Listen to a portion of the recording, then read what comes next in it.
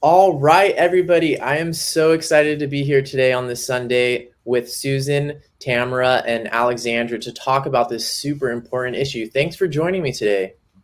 You're welcome. Great. Okay, so let's dive in. And what we're going to do is on my screen, we'll start clockwise. I'm seeing Susan, Alexandra, and then Tamara. So what we'll do is I'll ask a question and we'll go around the group right now. And I see some people have joined in on the live chat already. If you're watching this show on YouTube or on Facebook, please post a comment and we'll try to get that comment or question to our panelists today. I see Angie is here. Kathy is here, and Evea is here also. So I'm really excited about this conversation. People have been wanting to talk about this for a while. So let's first start off sharing briefly our name, location, and what is, in a few words if possible, what is unique about your mobility and access to nature. So your name, your sort of general whereabouts, and what do people need to know about your mobility and access to nature. So let's start with Susan. My name is Susan Forsberg. I live in British Columbia, Canada, on the coast. There are a lot of trails and things here. Not only am I not physically able to do those things because of, disabilities, but I also have health issues that influence what I can do and where I can do it. Thanks, Susan. All right, how about so then let's go to Alexandra and then Tamara. Hi, I'm Alexandra Walters. I'm in Agawam, Massachusetts, which is in the western part of the state, near the Berkshires. I am very fortunate that I live in New England because within reasonable drives, there's tremendous variety of everything from ocean and salt marshes to the Green Mountains, the White Mountains, Maine, everything. So in terms of distance, I have all of these wonderful treasures available to me. My medical condition is very inconsistent. There are days that I am able to walk, and there are days that I'm extremely challenged. So I have adapted my journaling practices to respond to what my medical status is at any given moment on any day. Great, thanks for sharing. Sounds like you have some cool places near you, and also really interesting to hear and realize that people's situation one day might be different from another day. So that's already some good information there. All right, Tamara, how about you? Right. Let's see. I live in Lafayette, California, which is right near Walnut Creek. And let's see, I have very loose tendons all over my body, and my walking has gotten progressively worse. So I use a mobility scooter, and I can walk on a little bit on soil or grass. But if something is uh, paved, it's like forget it. Yeah. Um, so I can do some things and not others. I miss like dirt trails, walking through forests, things like that. For me, it's a day to day adjustment of trying to accept what is and not going onto the self pity pot. So I think this is great to be able to talk about today, Marley. Thank you. Great. Yeah, Yeah. I think Tamara is actually one of the first people that made me realize that I had this huge gap in my awareness around this topic because several years ago I used to post all of John Muir Law's outings and my outings on Meetup and on Facebook. And Tamara pointed out, could you please, when you post those, in addition to all this other information, post something about what type of mobility is needed at that location. And I realized like, wow, what a huge oversight. So thank you, Tamara, for that and getting me thinking about this topic in the first place. All right, so next question is maybe just to briefly each person describe your ideal sort of nature journaling outing or nature journaling session, even if it's not an outing. And if you have any pages near you to share those. And if you haven't been doing that much nature journaling lately, maybe describe some other things that you've been doing or whatever. But what does nature journaling look like for you? What would be an ideal sort of session, and maybe share some images, because we have a really visual community, obviously. Starting with Susan, and we'll go through that same rotation again. So for me, I mentioned that I have physical limitations. I also have other health limitations, and it's been a challenge to find solutions rather than focus on all the problems which I could list off. It's finding a solution that what works for me, and sometimes I can go out in I have a great big garden. I have a half acre. I can go out in my garden. I can spend time outside. I can no longer do the trails or whatever. Sometimes instead of painting or working on plein air, I paint on van air. I don't get out of the van. And I've done, I had a couple of things to share really quickly about painting on van air. I was painting looking down the coast of south on the Strait of Georgia, and you can see all the formations of geese. And we were there for about an hour sketching. This was April 16th in 2020. And the whole time we were there, there was formation after formation of geese flying overhead. And I didn't have time to nature journal all of that, but I did was able to incorporate it just by depicting them in the sky of my. It was just a quick sketch, and I did that in the van behind the driver's seat without even getting out. Very cool. Another time at Second Beach, the way that the light was coming through the clouds, all the sunbeams were coming through the clouds, and that was looking, the mountains in the background is Vancouver Island, and this is Texada Island, and that one's Harwood Island in the Strait of Georgia between the coast of British Columbia. And what I do, there are times when I can't get out, so my solution to that is to bring nature home to me, and I'll bring nature in. And I did a whole series on Wow. Leaves and nuts and whoops, hang on. So these were actually done in the studio. Whoops, I'm not used to this. These were actually done in the studio. So I had my studio table that I'm sitting at now covered with all of this live natural material so that I could do it here in the studio where I'm comfortable. Sometimes Great.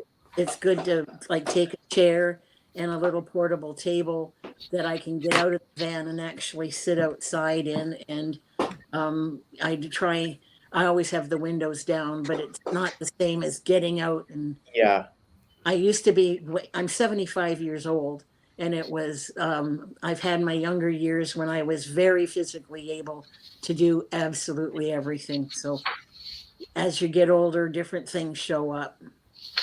Great. Thanks for sharing that, Susan. And we will have, that's a good sort of preview of some of the topics we're going to dive into more in depth around like studio versus outdoors and different cool strategies. I love the painting on van air expression, and I've done some nature journaling and painting for my car as well.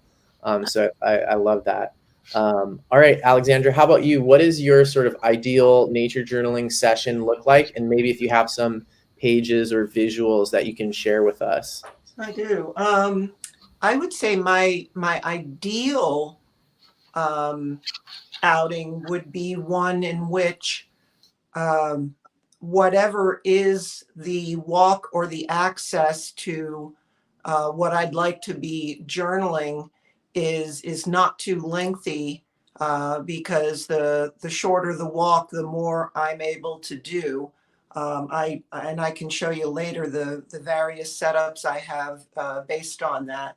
But I've done a lot of botanical work, but I really love landscapes as well. So the plants and the flowers. This is,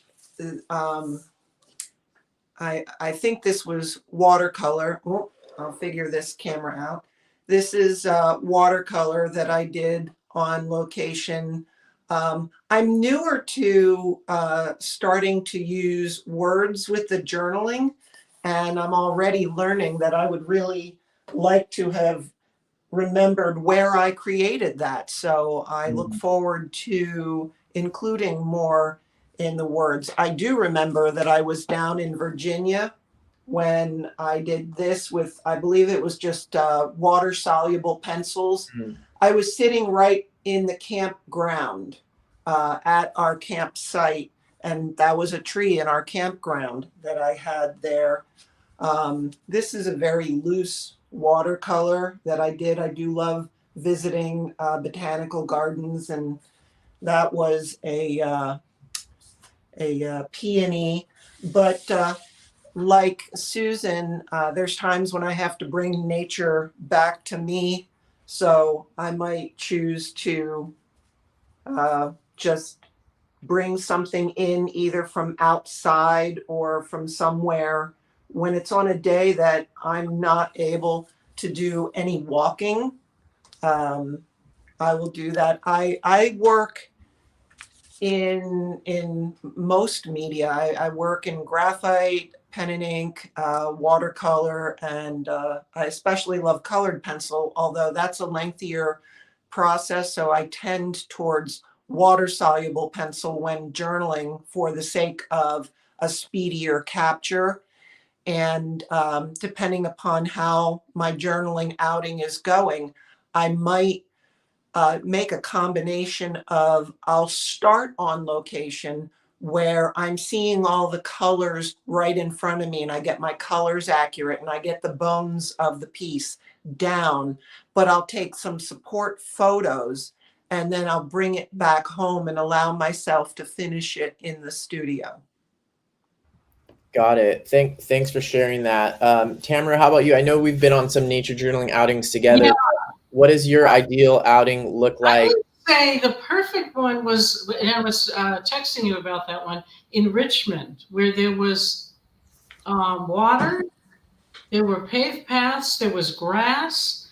And so for me, it gets complicated because I can walk a little bit and then my feet hurt and then I have to sit, but then my back might hurt. So then I might have to get up or I might have to lay down, or it's very complicated. But for me, I am hoping with COVID numbers down, we can get together again as groups again. For me, I love being around other nature journalers. Like even with, I do also do ceramics and I do painting, but I do best in a group. I feel the group energy. And like, I remember there was one nature journal and you and Jack were talking about scat and poop and that poop. And I was like, first I was like, what are they talking about? And then I was like, the passion was so beautiful that you guys had. And you're like, most of the group, we were kind of like, and you guys are just talking. It was just such lovely people, come. And that one I remember being, you were talking about something on the beach, and then I'd get on my scooter and I would like scooting around and looking at everything. And then I'd come back and I could lay on the grass. And so something that there's a lot of flexibility in how I can take care of my body, but also be able to interact with other nice humans. Great. And I'll show you a few things. It's funny, I just looked at the first page of this, and it's the first day Nature Journal, and I cut the little pictures of it. Well, I don't know if you can see them. 2000. Oh, yeah. This was a Half Moon Bay ice plant. Ooh. That was, somebody did a Francis Beach, did a festival there. And then this is, I'm at Dosing at the Oakland Zoo. So this is trying to catch all the little giraffe things and the ears and the spots. And I'm starting, and when I am a docent, I'm starting to bring a little journal now and my a pen and like sneak in a little drawing. This was also I'll do one more, a rabbit at Lindsay Wildlife. We had a nature journal there. I think Oh, it's I'm trying to catch the cute little critters. Yeah. nice. All right. That was really cool. I love how in each person's ideal sort of description of an ideal nature outing, there's these different elements, some about the environment and sort of what's available in the environment, about who you're with, and all of those are super useful. So thanks for sharing about those. And it's always really fun to see other people's pages also. So let's dive in here and with the next question. And maybe you can expand on this one a little bit more so we can sort of hear your perspective.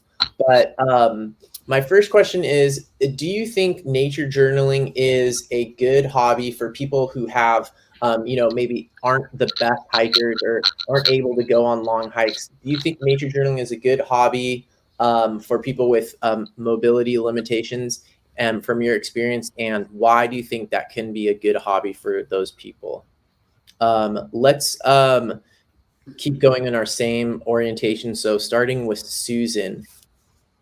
I absolutely do think it's a good hobby because they can still connect with nature and not let their limitations, whether they be physical or health issues, confine them indoors. You still need that exposure. You still need the blue sky. You still need to breathe in fresh green of some sort. It's very, very, very therapeutic. And not just I've witnessed it not just in myself, but for other people, as well, many other people as well. And I think it's necessary to connect to the world around us, that we're not isolated, and so that we just go into ourselves, that we can actually go out. Great, thanks. What about you, Alexandra? I absolutely think that it is a very healthy, and we're talking about accessibility on any given level. It's accessible to some point. If we are going outside and nature journaling the dandelion that has sprouted up between the cracks of the sidewalk, or whether we're going farther distances. I love that that Van Air. I definitely can relate to that. But the challenges of my medical condition can be really overwhelming, and they can take their toll on my mental health, and leave me struggling with things like depression, and struggling with the things that I perceive as I've lost to this medical condition. But I haven't lost everything. And the variability of how you can apply going about doing the nature journaling always leaves me feeling like I've got something. I've always got some way to go about it. And it's very, very healthy for me. My love of nature is at my core, and it'll push me a little bit to get out there and get going, even on a high pain day. Yeah. While you're journaling, you don't feel it as much. It is literally, takes the brain's focus off of the pain level. Yep. And it's extraordinarily healthy. And I think anybody that didn't realize that this is something that can be accessible, whether it's you're doing it on your own, or whether you're making arrangements ahead of time to have someone help you, whether it's the group situation, or a friend who can help you carry things, or just be there with you. There's always some level of availability of this endeavor to bring up our quality of life. Wow. Thank you. How about you, Tamara? Do you think this is? I just have to say yay to everything you both said, Susan and Alexandra. It's so important to try to focus on what you can do, right? And then the other piece I'll bring up is we're doing the community a favor, because people are a little scared when they see you in a wheelchair or a scooter or hobbling around or whatever it is, or in pain. And I feel like it's important to, how do I say, show people that we're people, that we're just people, and not isolate, like you said. I don't know if I'm wording it the way I mean to, but for me, I'll just say this: it's easy to exclude myself because it's so hard to deal with people's reaction when they see me in a mobility scooter. And it reminds me of my disability, and people are nervous around me and stuff. And so I feel like there's a important part of going and being with the group and being like, hey, I'm me, I'm so me. Yeah. Just talk to me like you would talk to the person next to me who's standing. So, yeah. Wow, that's great. And you bring in a part that I think is really important that we'll hopefully get into in a moment, about how you are providing something for the nature journaling community, and that's important, and that you're sort of representing is really important as well. So I think that leads perfectly into our next topic, and maybe we'll just switch directions here so that maybe Tamara can kind of continue a little bit that thread of, but my next question is basically just, why is this an important topic? Because I could have just had all of us talking about watercolor or something, and it is easier to make a video about, watercolor. So why is this an important topic? And Tamara, starting with you and going the other way. Yeah, and I'm curious afterwards to see how many people watched this one versus your other shows that are fun, are fun. So let's see. So I went to a nature journal event at the Lafayette Library with Jack, and I was in my scooter. I don't know if I'm answering your question, but it's coming up, so I'll say it. Perfect. This was pre-COVID, so all the chairs were right next to each other. And I was on the aisle, and I left like a ton of extra room between me and the chair next to me. And people would come in, and these are nature journals, so they're like good, wonderful people. And they would look, and they'd see there's a chair next to me, and they look and walk further to find a seat somewhere else. And by the time the class started, the only seat left was next to me. And it was like really painful. It was really hard. And I think people get scared. So I feel like there's something, and I don't know. I mean, I haven't interviewed those people, but it was really like, it made me realize how much fear and maybe, I don't know what else it brings up in people. So I feel like it's really important to somehow indirectly educate people, or, like I'll act like happier than I am, like, hey, like I'm good, I'm fine, I'm, just to kind of help people get over that. Oh shit. Sorry. I'm not supposed to say that. Of course I did that. You can bleep me out. Could I end up like that? Or I don't know all of what's going on with people, but it's really still hard for me. It's easier than it used to be, but I feel like it's important as a community as a whole to be inclusive and to be like people to maybe, I don't know, be able to say, oh, that looks scary to have to be in a scooter, and then kind of rise above it and just interact. Yeah, there's so much there. I think that's it's more than I think you asked. But. No, this is perfect. And I mean, this is exactly the kind of stuff, like I can tell we're getting into good stuff already. And thank you for bringing up that personal example, and a story I think often can communicate the information really well.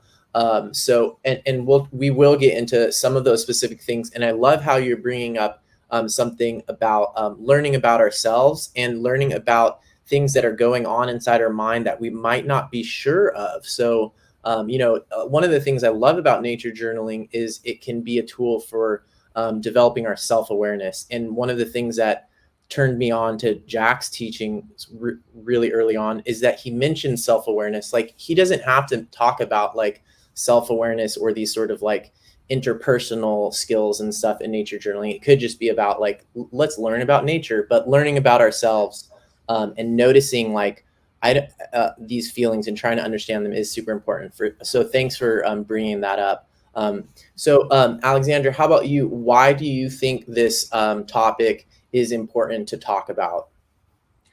I'll lead off of Tamara's talking about inclusion, because the idea of that is the braver we can be, like she's saying, and get out there.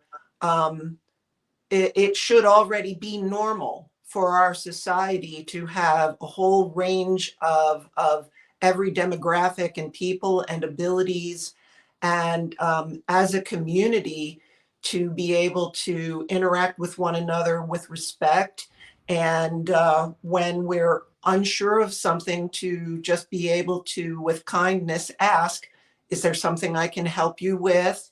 Or just validating each other's experiences.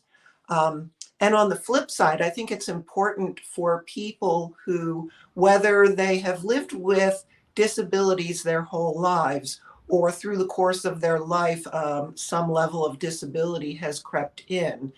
The more that one learns about nature journaling, the more one realizes that this is not about some mystical, magical, either you have it or you don't kind of talent, that this is mark making is an innate human activity that is valuable to all of us. And I like to see it as a study of love, if you will. I always have feelings of intense love when I'm out in nature. So my nature journaling tends to be more of an expression of that thrill of the miracles that are all around me.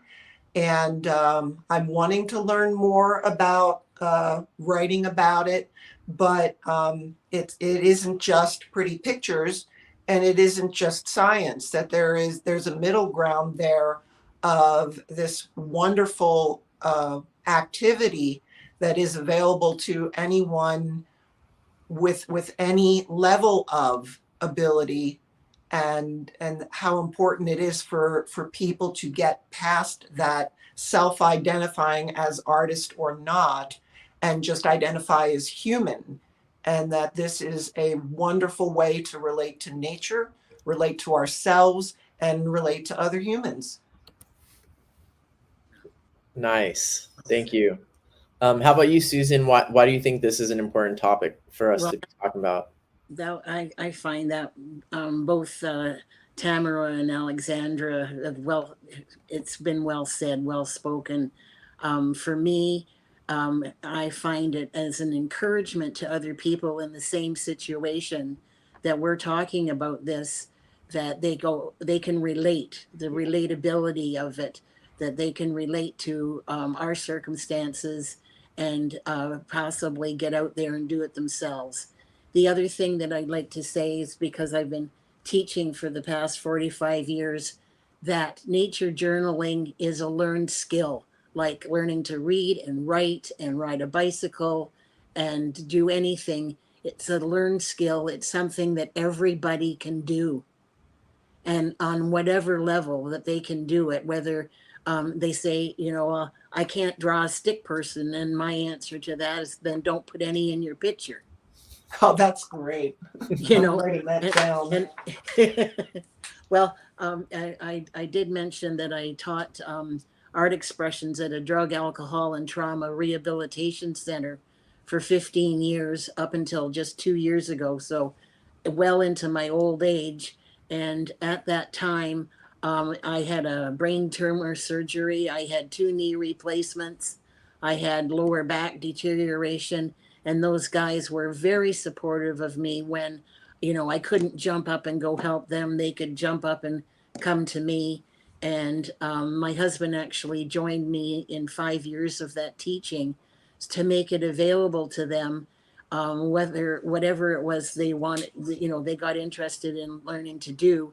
And I had big burly guys that were knitting, they were painting, they were sewing, they were weaving, they were doing kumihimo, which is multiple stranded Japanese braiding. They were doing all of these things. They said, well, I don't have any talent. I said, well, you don't need any. It's all learned skills. Anybody can learn to do it on whatever level it is. There's no expectation of what the end result will be. It's the enjoyment of doing it. And if you can get outside and do it, even if you just take a chair and sit outside your door, you're out in the fresh air, you're under blue sky. Some people might not have greenery to look at. They could have a couple of house plants or just on their porch, whatever. It's a possibility. And as I said, it's a learned skill. So I'm hoping by participating today that what I can contribute would encourage others that have to actually attempt it and not sit back and say, oh, I could never do that. Yes, you can. Success comes in cans. It doesn't come in cants. I love that. Okay. So that's really cool. Thanks for sharing that. And I'm gonna share one of these comments here from the live chat. You mentioned how this talking about this conversation, having this conversation is important because people can relate to it, and then they know that they're not alone, or they can be motivated. So that's really, that's one really important part. Let's kind of go back to Tamara's story and maybe talk about why this conversation is actually important for people who maybe can't relate. And unfortunately, I think some of those people might not be watching this, but why do you think, maybe we can sort of even delve a little bit into Tamara's story and like, what do you think is going through people's heads who didn't go sit next to her, and maybe like how can we help them, or how can you all, like with your perspective, like what could you share to everybody else who's walking around, hiking around, and not sitting down next to Tamara? So maybe starting with you, Tamara. Susan mentioned why it's important for people who can relate to this, but what about the other people? So I think it's a part of being human. So I'm going to condense this really tight, but Jane Goodall talked about the chimpanzees who ended up getting polio from the humans. And these chimpanzees, like there was one that his arm was paralyzed. And the other chimps, when they're scared, they take their teeth out and grimace. And they were grimacing at him like, they were frightened seeing him. And he looked over his shoulder like, what are they scared of? And there were other stories around the chimps and polio. So I try to remember that it's like we're great apes, just like they're great apes, right? And so it's normal maybe to be scared. But yeah, so I don't know where I'm going with that. But so I try to have compassion, I guess is what I'm saying, for people's reaction, and try not to take it as personally as I do take it. But yeah, I think it's scary for people. I think they're kind of like, oh, dang, I hope I don't end up in a wheelchair or a scooter, or like I'm guessing. Now, these are guesses. I'm guessing, oh no, what if she's not all mentally there? It's going to be like an awkward conversation with her. What if she needs help? I don't really want to help. I'm here for myself. I want to do. These are things I'm guessing. Mm-hmm. Or it's just like this uncomfortable feeling. So, or maybe they didn't want to inconvenience me. Like, I don't want to disturb her wheelchair. You don't know. What do you guys think? Yeah, Alexandra. So what do you think about that? And why do you think this is an important topic for everyone else in the nature journaling community, people who maybe can't relate to the mobility and access issues? Why do you think this is important, or what should they know? Well, I might encourage people who are not living with the medical challenges to not be afraid to engage with someone who is. One of my first thoughts when Tamara was talking about people not sitting next to her was I might have thought that at some point Tamara might be having a helper that is going to be coming and being with her, and I don't want to take the seat that is being saved for that helper. And it really wasn't until the end that it was evident that that seat wasn't necessary. But maybe it's okay for us, instead of waiting and making the assumption that that she might be waiting for someone to come with her, to say, is this seat taken? To go ahead and treat someone who is clearly operating with some assistance and aids to just, you know, is it okay for me to sit here and not worry about that? So opening dialogue always breaks down barriers. Mhm. And so again, the two-way street there is, as we as individuals who have these disabilities can advocate for ourselves or others who also experience these disabilities, we can make it less scary for people who are more able-bodied, and make ourselves more approachable.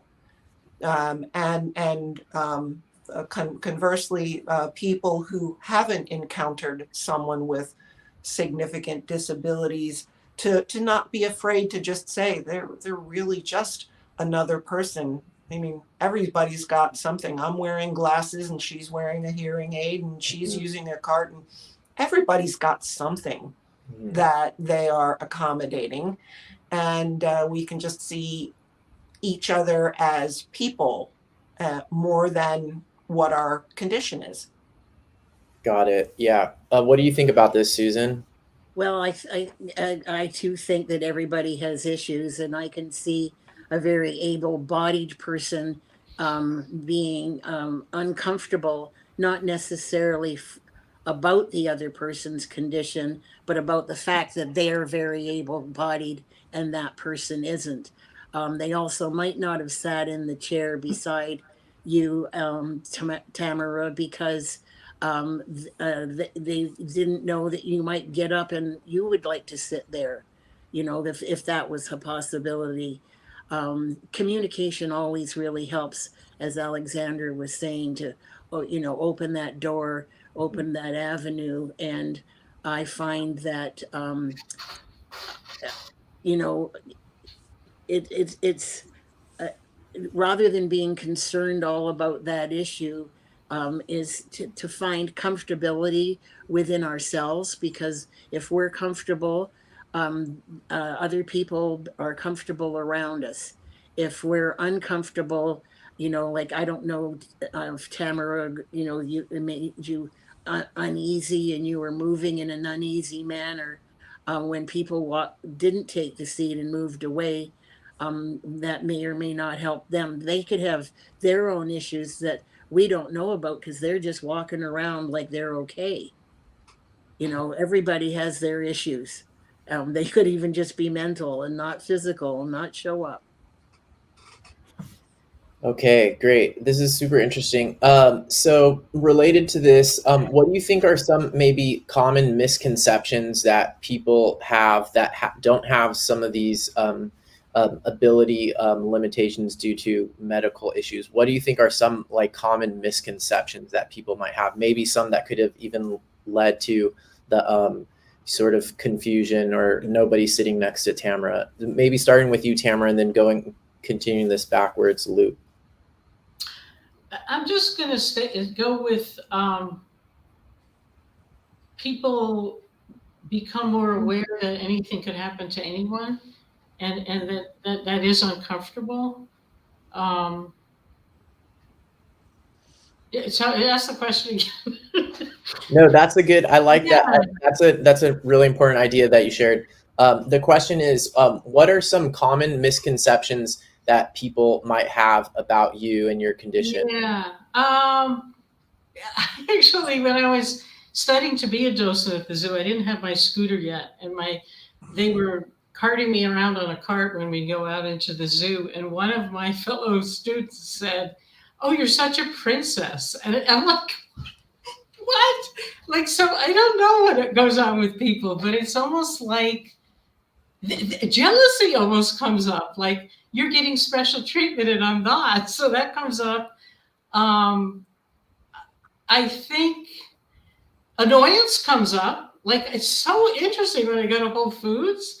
Like, some people, Alexandra will be like, "Can I help you?" Which I love. And then if I don't need the help, I'm like, "Thank you for asking." But some people will be like, "Oh, like you're in my way. What the heck?" Kind of reaction. And some people, it's like a whole sociological study. But at the zoo, what I love is people see me because I've got my docent outfit on. So they see me first as a docent. I can help them. And secondly, as a disabled person, whereas outside the zoo, it's the disability is first. So they're going, where's the bathroom? Where's the restaurant? And it's like, I feel a sense of relief. Like, oh, good, I can put this in the background. I can, enjoy, or, and then sometimes people say supportive things, and sometimes people are like, "Oh, you're so lucky to have that scooter." I'm like, "I'll trade with you. Oh. Give me your feet and I'll give you my scooter." So yeah, it's fascinating. It's fascinating. Wow. Yeah. Okay, how about you, Alexandra? What do you think are some sort of common misconceptions, or maybe like Tamara, some experiences that you've had that show sort of a disconnect in people's awareness? Well, I'd like to, again, play off of Tamara for a moment, because disabilities aren't always visible. A disability aid, such as a scooter or canes or something like that, are pretty clear. My disability is not. It's called Ehlers-Danlos syndrome. And I might, oh, you have Ehlers-Danlos too? I think so. You know all about it. But I may not look classically disabled. So I really enjoy the joke that I've seen is, well, if you want my parking spot, you need to take my disability along with it. But I think that there's a balance here. I think there's always going to be people who are just naturally impatient, whether it's because we have a scooter in their way or not. There could be somebody standing behind us in line that is just as impatient about getting to where they're going, and it has nothing to do with our disability. But I also think that if you go way, way back in, sociology, if you will, these things weren't always talked about. And very often the person was hidden so that families didn't have to admit to a less than perfect family member. Or if you were the person who had the disability, you were expected to heroically hide it for the sake of everyone else's comfort. I think that Tamara also was talking about maybe that people are a little uncomfortable with, how do we go about this? But I think it's also just as likely that people may be making that assumption about us. We don't want to answer questions about it. And the more naturally that we can communicate about this as a whole person, go ahead and address, oh yes, I need canes, or I need a scooter, or I can only walk a short distance, whatever it is, address it, but as part of, oh, but I'm nature journaling, and have you ever done this? And if you're meeting new people, etc., and make it just part of the whole person, and make that communication more natural and more easygoing. I think it was Susan that was saying, the more at ease that people experience us, the more at ease they're going to be around us. And then communication can be easy, comfortable, and moving on to the art. How about you, Susan? What are some common misconceptions that you've experienced? Well, I find that we all have had time to adjust to our own individual situations. Other people just coming up to meet us or in our presence, they haven't, they're not aware, they don't know. And if we're uneasy with them or trying to put forth our needs or whatever, it also makes them uneasy. I also am very aware of how uneasy they are because they might not feel adept or able to be able to help if we asked for it or needed it. Um, and that leaves them short of what they might do and they're uncomfortable and we don't know what also we never know what they're dealing with in addition to what we have. So it's communication, as you said, Alexandra, is always so important to I mean, we don't have to get into it in any depth, but there's ways and things you can say just to, you know, break the ice and establish a comfortable atmosphere.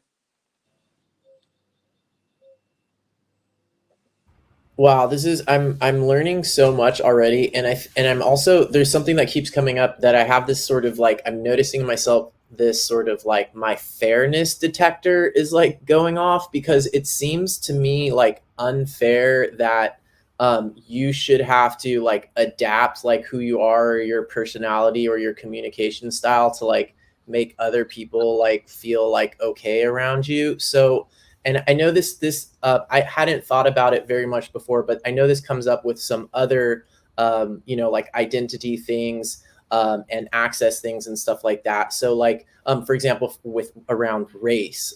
So I've interviewed African American nature journalers and artists before who have this feeling like they have to be like nicer, happier, and more smiley and more friendly than white nature journalers or artists just so that people won't will like and that just seems like pretty unfair. So maybe this is coming from me, so like let's hear, what do you think, like how do you feel about like just being yourself versus like having to change like your behavior and how you communicate to make other people feel comfortable around you, starting with Tamara and going back, and maybe it's not a thing for you, if Yeah, so. no, it definitely is. I mean, it's difficult.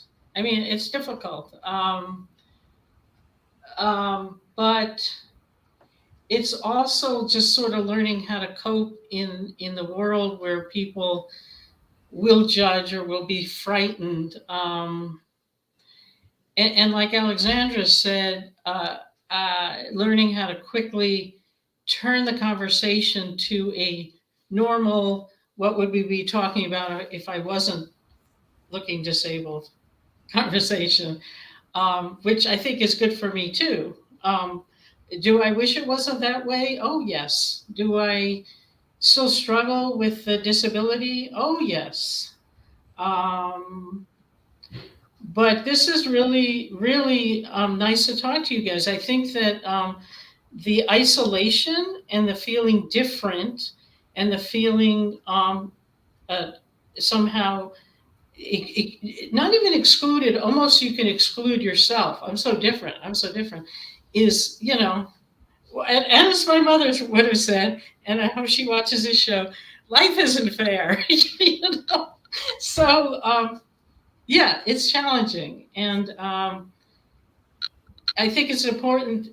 I hope people watch the show and then they'll feel like they can approach us and they can say, like, not say, like, sometimes people say really dumb stuff, but, like, um, if it's a friend or a closer acquaintance, like, how's it going? Like, don't ignore it completely, but don't just focus on it. But it's a very delicate balance.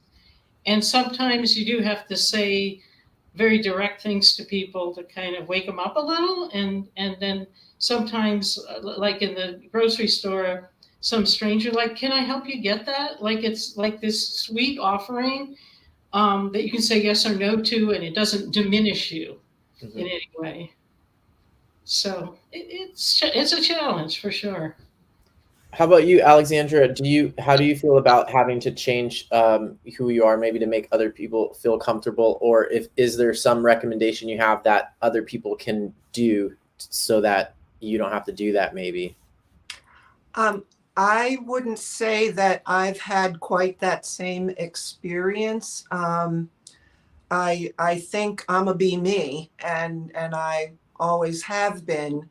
So I haven't really noticed myself trying to change in my communication with regards to addressing the issue. But one thing that having this does teach you, and that is pick your battles. Mm. And I think that it's reasonable to say that we pick up on people's energy pretty easily, and we might detect pretty early on if an individual just needs a little bit of information in order to be able to relax and move on from there, or if an individual is just going to be uncomfortable. It isn't my job to try to take all of my energy to make them feel comfortable. Now, that being said, I'm not going to be insensitive or unkind, but I might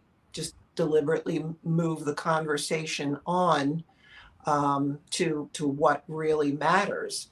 But the more matter of fact and the more I just come off as myself, the more I'm just going to navigate the circumstances. I think the harder thing I've come across is when people don't know what to say, that they have the tendency to say, I hope you feel better.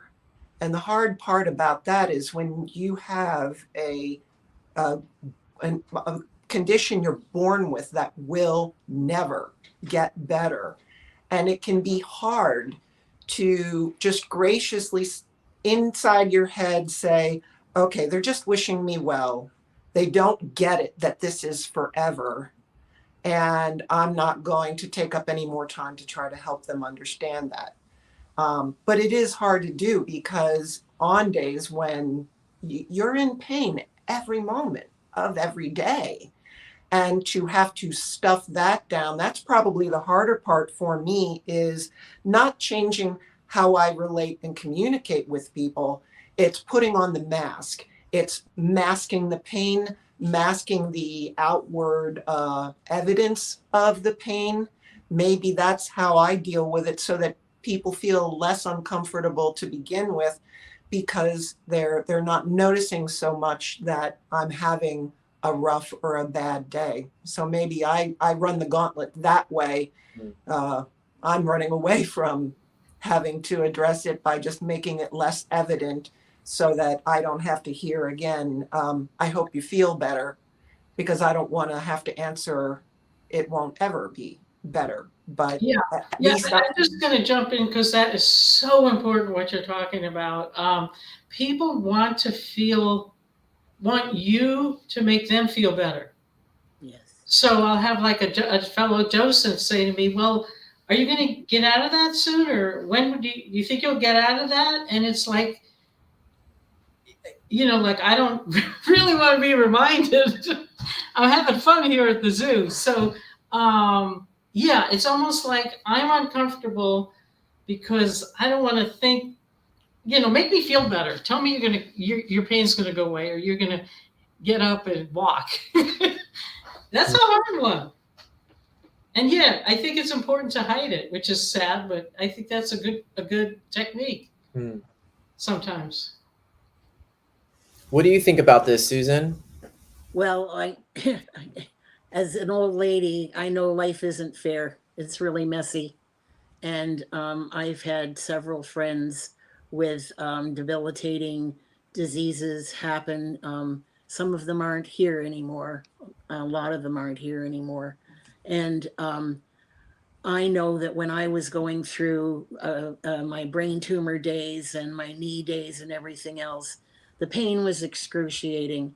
And I still showed up at work because I could help as much as I could help. And if I was having a moment, they were more than willing to understand because I was comfortable in my own skin no matter what it was, whatever was going on. I just remained real about that. And I would communicate that, like with my brain tumor, I'd be having a spell where I was just, reeling. And if I communicated that to the guys, they were attentive, they were helpful. And if I didn't need their help, I could just say, I'm okay, I can manage. And I found that the more I was comfortable with myself and my conditions, that the more other people were able to find a comfortable way around me because um, uh, I communicated it and I was real about it.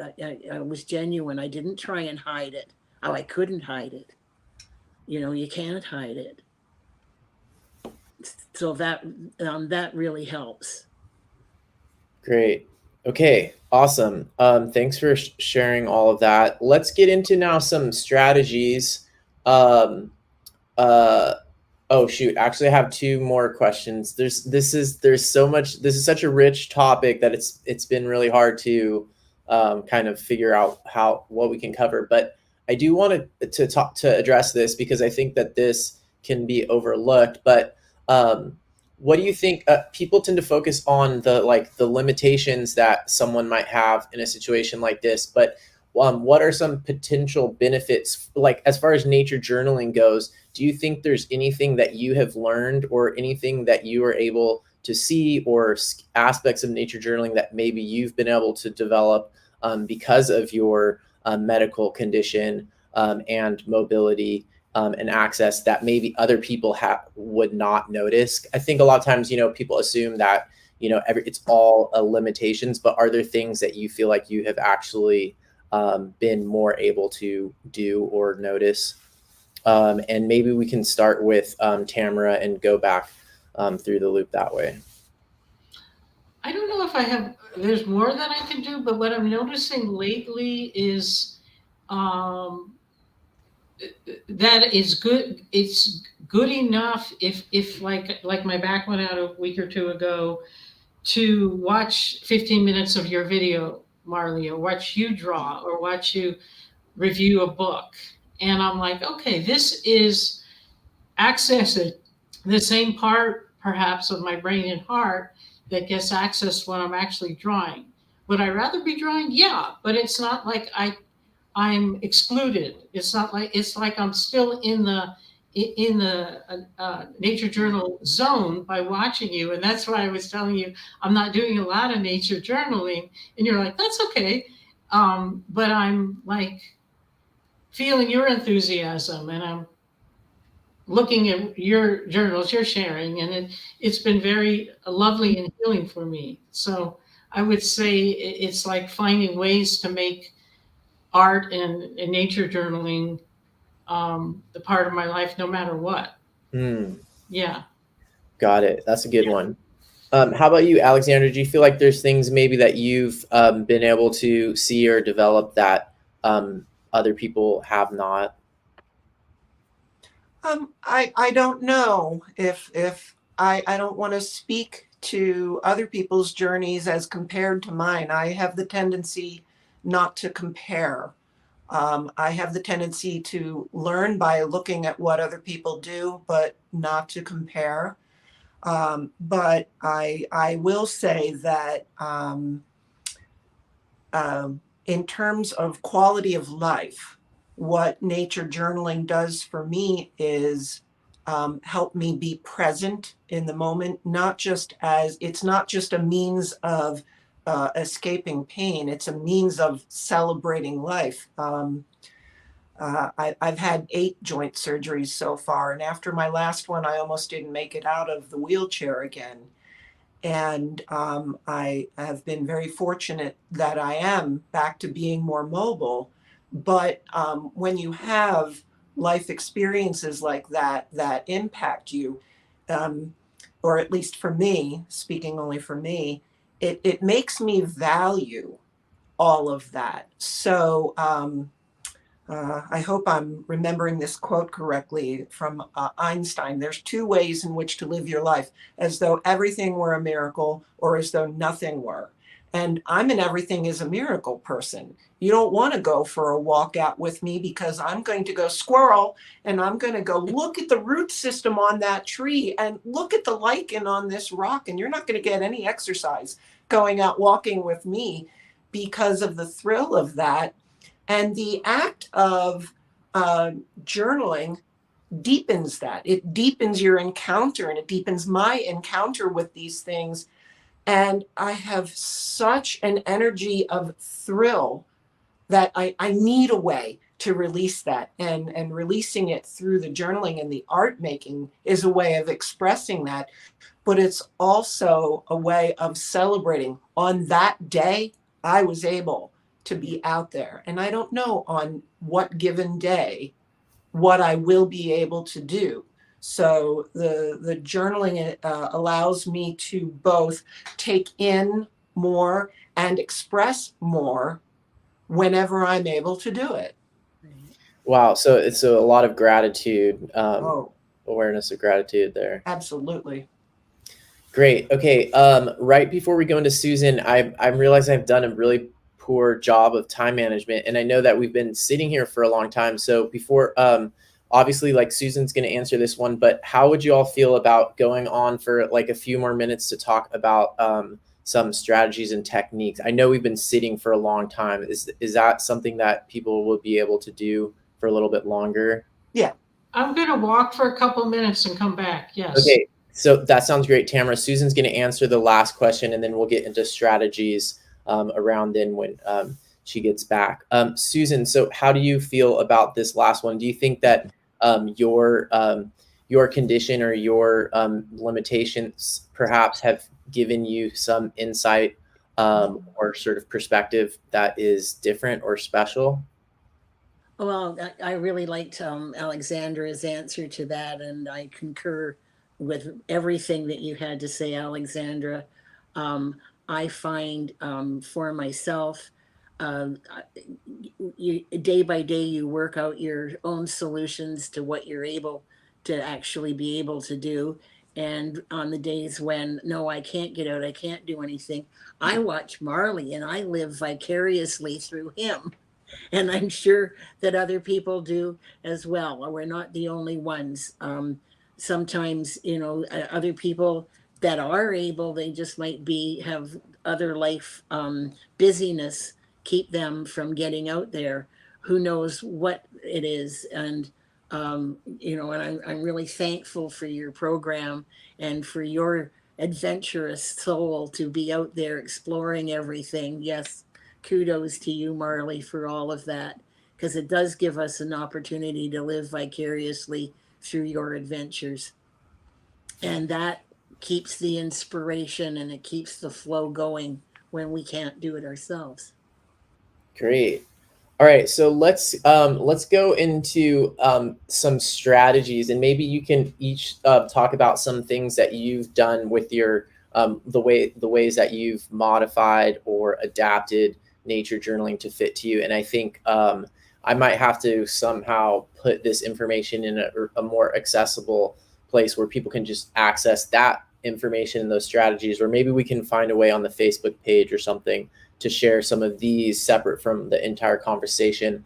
But maybe we can start with Susan and then go back in the rotation the other way. But Susan, what are some ways? You already mentioned the nature journaling and doing painting from your van. What are some other ways that you have found, or any? This is like the techniques and tips, like any secrets or cool ideas that you've come up with? Well, I came up with a minimal kit that I have a piece of coroplast this big that I can put in front of the steering wheel, and I can clip. I've got one of those little art tool paint palettes, and I can clip everything that I need to that. I put my rinse water, because I prefer to use a brush and water, not a water brush, in the drink container in the van, and I just rest it on the steering wheel. And I also can take that kit if I want to use my table and chair outside of the van. I can use the same kit. I don't try and do a great big painting or what journal or anything while I'm out and about. I can take notes and take it back to the studio and get more elaborate there if I want to. I really liked when you interviewed Alex Boone. He said he had a messy journal and a good journal. And when he was out taking notes and doing quick sketches and stuff, he'd do it in his messy journal and do his writings there and then take it back to the studio and work on the good copy. So I really liked that. And I think each of us, we all have our preferences at what kind of materials we like. And if we have a kit that's ready to go when we are, sometimes we don't know we're going to be ready until, oh, gee, I'm feeling good. I could do that for the next 2 hours. You've got something ready to go. So that's really important. Yeah. Great. I think what I'm going to have to do is follow up with each of you and get maybe some like pictures, or I'm taking notes now, but maybe get some little pictures and notes and maybe do little write-ups about your sort of the setup that you use. That the one that you're using in your vans. That sounds great. Thanks, Susan. How about you, Alexandra? What are some sort of strategies that you've used? Well, one of the strategies is to know ahead of time where it is that I'm going and what it is going to demand of me. If I'm going to be walking a little bit more, I will carry a little bit less. One of the times I went nature journaling up in New Hampshire, there was a place where we could literally pull the car into a parking lot that had this amazing lake and a notch in the mountains that I was able to paint pulling a chair outside of the car. And on those occasions, I can bring a bigger bag. But I'd like to echo that I always have my nature journaling or my go bag packed separately from my home materials so that I'm not disrupting my studio work at home to be going, where's that pen? Where's that paper? Where's that pencil? The easier it is to do, the more likely you are to do it. So I have this bag that it's just, all it is a sketchbook. And this bag has pencils and pens in it. And if I'm going to be doing more walking, then I keep it dry. I keep my media to the dry media and not worry about whatever water media I might be doing. If the jaunt is going to be relatively short, and I think I want, I have this little container that actually is a whole studio in here. It's got the sketch pad, and I've got a little thing of my tools. I've got a little thing of paints. I've got this little water container with the brushes. But the whole thing, weight-wise, is still very light. I can sit here and hold this like this, but it is water media. And if I know I'm going to be with other people, I will ask them to help me. But being prepared ahead of time makes the big difference. If I'm traveling with my spouse, I know I have a pack mule and I can take, my more full watercolor palette, and I'll even bring my water soluble pencils. And I would like to also address, I have a specific chair. I don't have a scooter, but I searched long and hard to find this chair that both accommodates my medical needs, but is very light. And that makes all the difference. And that chair stays in my car in the warmer months. So having the chair already in the car and staying there allows me to pick up just this little thing, if that's all I'm doing, grab and go. And because they're already prepared, I'm able to respond on a given day to what I'm able to do. Great. Those are great ones. And I feel like everyone can learn from these tips.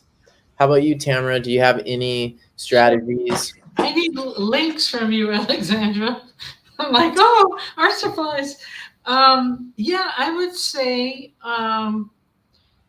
similar to what Alexandra was saying. Like if I like today, I knew we were going to do this, and so I have to budget my energy would be one thing. So Yeah. don't like try to clean out a cupboard right before this. So allow myself to rest and have time to rest afterwards. Not that I would, but and then like I said before, I feel like some of it is working with acceptance of what I can and can't do. So like having it be good enough that I'll look at a flower and go, I wonder how I would draw that. Or looking at your videos and the other thing that I'm thinking about now is if I'm in bed, like these, you guys probably know these Tombow pens. They're like have a one side you work with and one side's like a brush. And so finding things where if I need to be laying down resting, that it's not like a pen that's going to stop working. Yeah. So for me, some of it has to do with a little more discipline, putting the phone down and picking up a journal. You know, and I think, you know, when you're talking about Alexandra about acceptance and gratitude is really a takeaway for me from this class of what can I do? Yes. And then just being okay with that. And I'm hoping we'll have some more in person. And then also, like when we have in person again, I have to think about how long am I going to be sitting up if Marley's doing something, but it's 45 minutes away. You know, can I do that? Or maybe it's worth it to push a little to, you know, be around people and nature journal together. So. And then, like I said, I'm now in the basket of my scooter. I've got my little journal in I actually have that pen you recommended, Marley, that I was in love with. And just, you know, letting myself like, oh my God, look, the clip springer's out, which is a little antelope, and like drawing for 10 minutes, just done. So kind of like you were saying, setting it up where you have your stuff with you and you're less likely to not do it and you're more likely to do it. Yeah.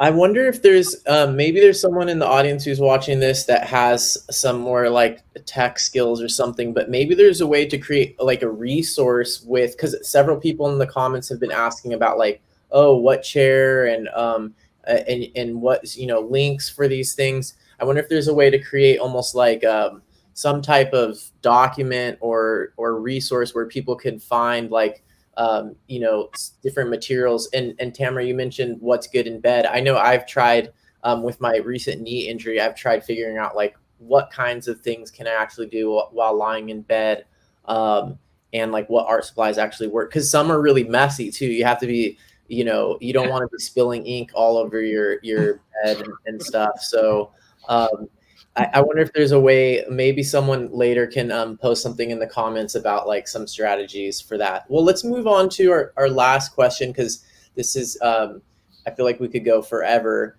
But I guess my last question is, and maybe we've sort of touched on this already, but you know, one of the things about that nature journaling is supposed to help us do is be more observant and aware about nature and notice more things in nature. So my question is, do you think that the practice of nature journaling can also help us be more aware and observant and empathetic towards other people? And if so, like how? And let's start with Susan and go back around to Tamara. Well, the how is exactly what we're doing here right now. I think that is opened up all doors and opened up the conversation. And as far as being out in the nature journaling, you know, the closer you can get to nature, and if you're in a chair and got a little table or something set up outside, you can't get closer than that. Like some people can sit on the ground. I cannot. If I'm on the ground because I fell over, I can't get up by myself. So I can only go down as far as a chair. And the closer I get to nature, the more it absorbs me and I absorb it. And that's my whole intention of being there, is that wonderful connection where I know that I am part of nature, that my existence is part of nature. It's not separate. I'm not just an observer. I'm a participant. What do you think about that, Alexandra? Repeat the question for me. Yeah, the question was, if nature journaling can make us more aware and observant of nature, do you think it can make us also more aware and observant and empathetic towards other people? I'm not sure. I'm not sure if it can. I think it is. It offers opportunity. Whether or not we will all have similar experiences with that, it offers opportunity for us in a solo journey, like Susan was saying, to connect ourselves to nature, both singularly, but also to reach out in community.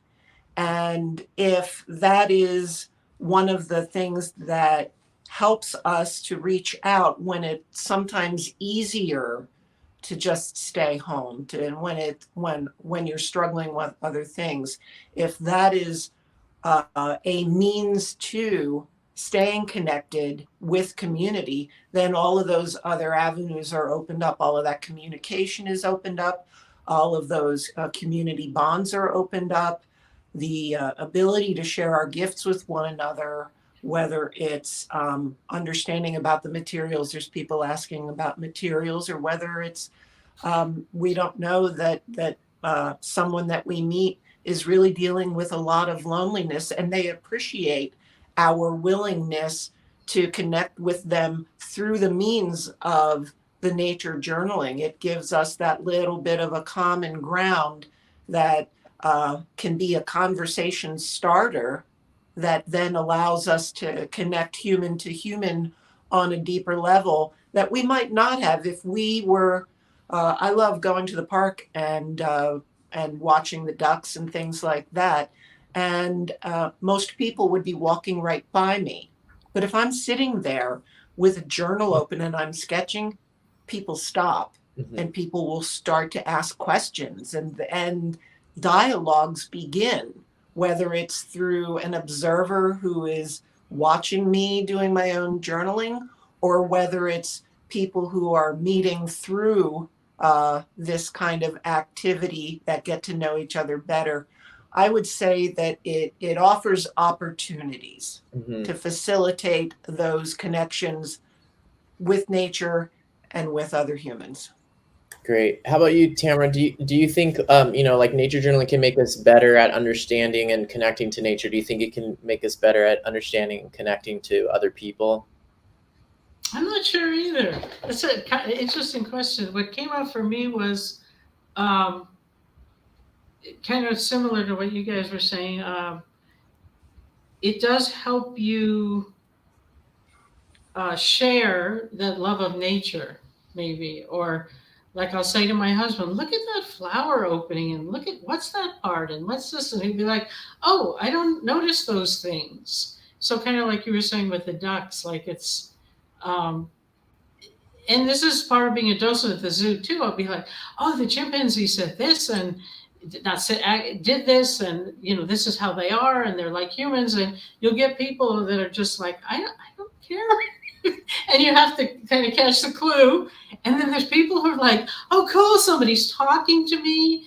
Like, there's a connection, and then, or they'll be interested. So I think it sort of depends on if people are like love nature or not too. But I think the disability definitely makes me more sensitive towards other people.